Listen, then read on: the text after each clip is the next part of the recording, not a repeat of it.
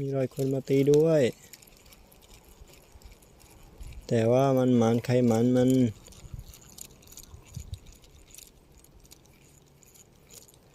หมานใครหมานมัน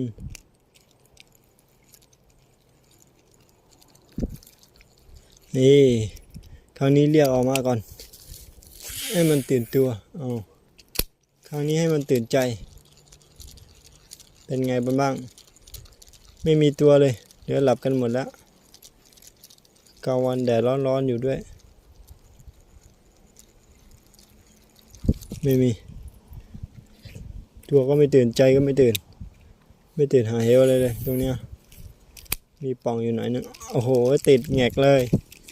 นั่นไงกะว่าจะเอาป่องนี้สักหน่อยติดเลยวะเนี่ย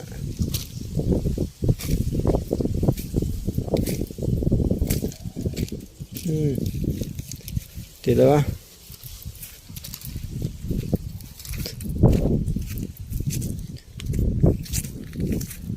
ป่องนี้ป่องนู้นป่องนู้นป่องนี้ป่องนี้น่าไปง่ายกว่า